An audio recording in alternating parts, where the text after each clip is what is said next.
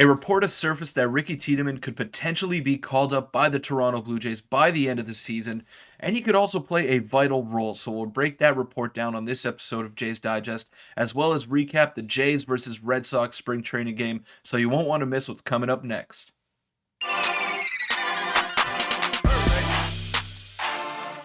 What's up, Jays fans? I'm your host, Peter Vryonis, alongside host Nick Gosse. A lot of news out of Jays land concerning Ricky Tiedemann, that is, so we're going to lead with that. But the Jays did also just wrap up a game against the Boston Red Sox, and they handed them their first spring training loss.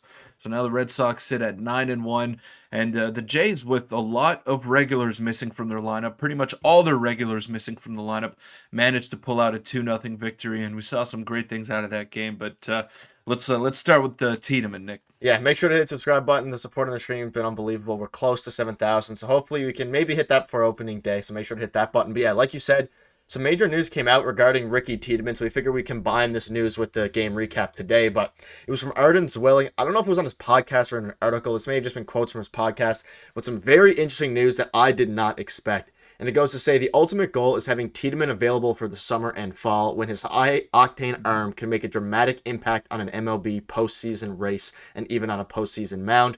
That will likely mean preserving ammunition with shorter outings of 3 to 4 innings or 40 to 50 pitches back at AA to begin the year, before a potential mid-season AAA call-up if Tiedemann's proving the level is no longer challenging him. And this was followed by, and this is the key part here, provided all is going well, the length of Tiedemann's outing will increase in turn, and if things go really well, Tiedemann could be on a major league mound in a Blue Jays uniform sometime during the back half of the season. That could be as a starter, it could be out of the bullpen, it'll depend on need, and of course on Ricky Tiedemann checking every box along the way.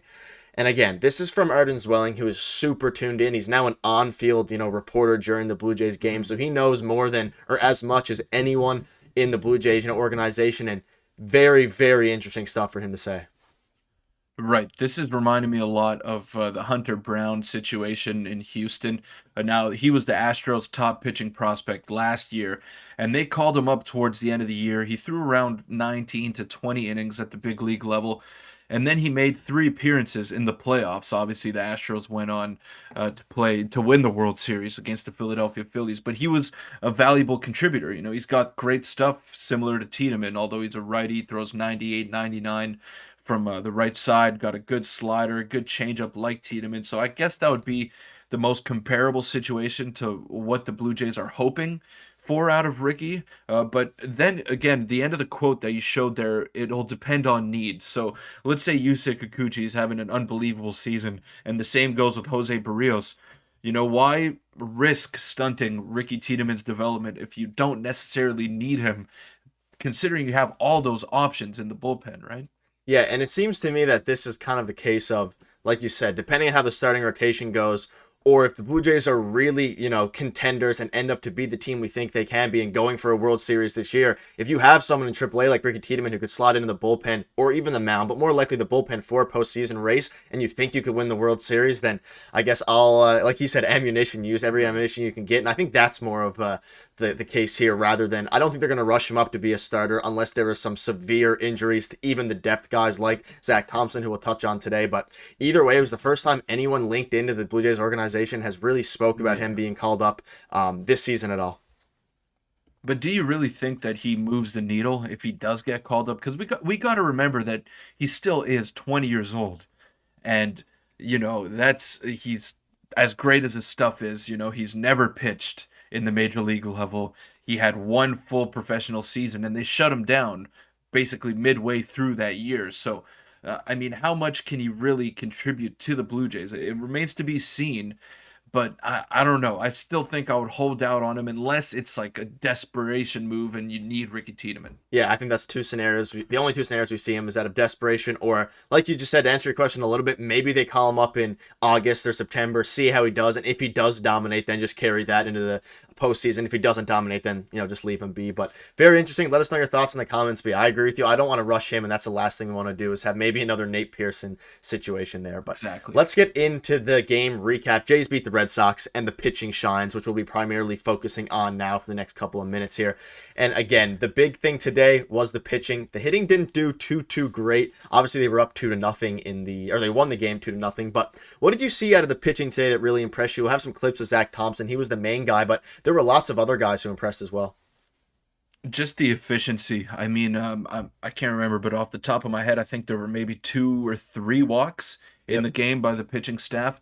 So yeah, two. 2 walks, right? Yeah, 2 walks. That's phenomenal right there. And Zach Thompson, I mean, what did it Unbelievable. take him? It took him, I think, 34 pitches to Yep. get through 3 innings, and those were perfect innings. Didn't give up a single base runner. His cutter looked good. His curveball looked phenomenal, and this could be a huge piece in terms of depth, and he's looked much better than Thomas Hatch. I mean, that's not hard to do considering how Thomas Hatch has pitched with that 19.6 ERA. But After his two Zach scoreless innings. Thompson, exactly. So Zach Thompson could prove to be a very valuable depth piece. I don't think he'll pitch too much, but like let's say a double header comes up and the Blue Jays need a starter in a pinch.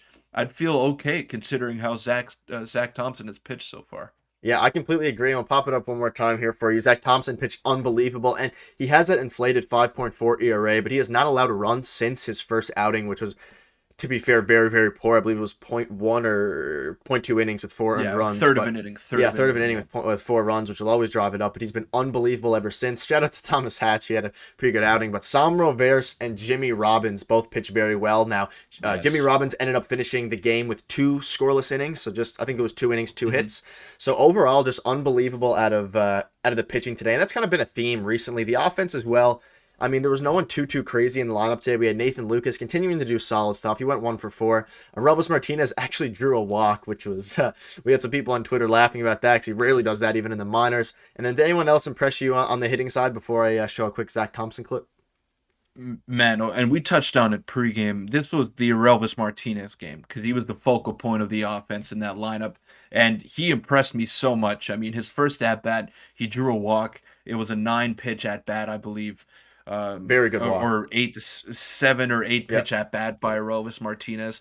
And this was against Corey Kluber, a guy that doesn't walk anybody, and everything is super close to the strike zone with a ton of movement. He was laying off some tough pitches. It's not like these were non-competitive pitches by Kluber. And then his second at bat, he works to count to another 3-2 count.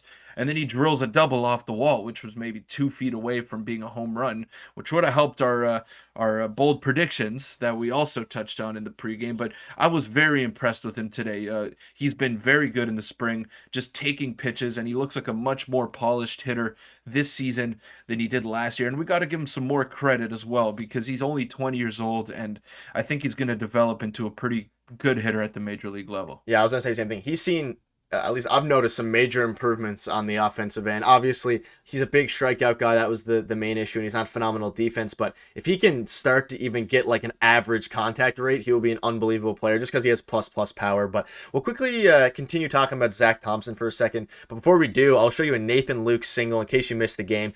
He lagged a little bit there, but he continues to hit the ball very well, play very good on the defensive end.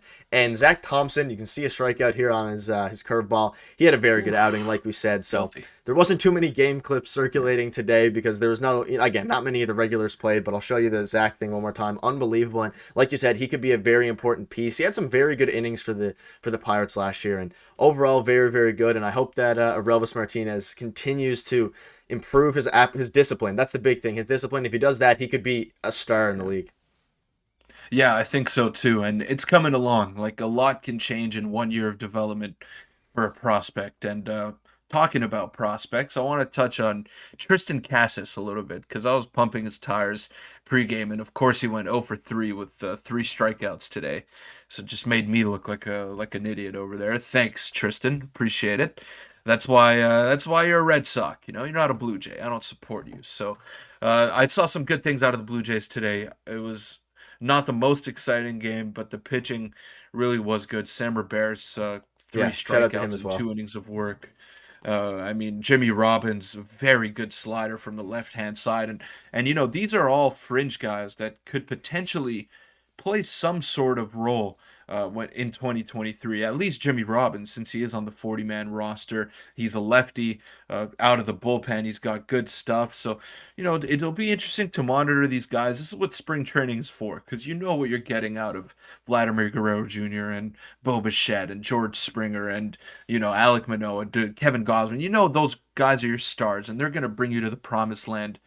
But these are the guys that really interest me in March, and seeing what they can do makes me very optimistic for the Jays farm system that a lot of people are underrating. Yeah, and despite there not being a lot of regulars, it turned out to be a very, very entertaining game, at least from my perspective. One of the, I wouldn't say the most entertaining game, but it was a very entertaining game to see the pitching do phenomenal, and got to see a bit of Thomas Hatch on TV there. But before we wrap up, very quickly, we'll have a couple of news updates for you all in case you missed it today in our pregame show.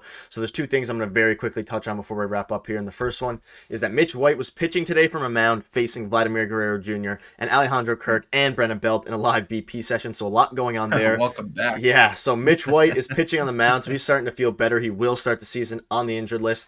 Alejandro Kirk is, which I'll touch on in a second, is scheduled to play Sunday or Monday, and Brandon Belt, we're hoping that early next week. And of course, Vladdy continues to nurture the injury, but he's feeling much better. And then, like you said here from Hazel May, Alejandro Kirk could get into his first Grapefruit League game on Sunday or Monday. So, yeah, just wanted. Do you have any quick thoughts on that? It's good to see Alejandro Kirk. Hopefully, I think John Snyder did say late this week, so I guess he was true to his word to a degree, the very latest that we could have possibly been. But any quick thoughts on that before we wrap up? Most important thing, do not get hurt. Get them a couple of at-bats before the regular season starts, but I don't want to see Vladdy for the next at least week plus. I agree. Give him more time, nurse that knee, and just be 100% come March 30th. Yeah, I agree. And Brandon Belt's a veteran as well. I know a lot of you were asking about him. Realistically, he doesn't need more than 10 or 15 at-bats. I think I read somewhere last spring training he had like 8 or something like that. It was a very low amount, so he doesn't need very much. But yeah, that'll wrap up this video. Hopefully you enjoyed it. We'll see you all in tomorrow's pregame show and our postgame video. So thank you for all the support. It's been great. Make sure to hit the subscribe button, and we'll see you tomorrow. Thanks.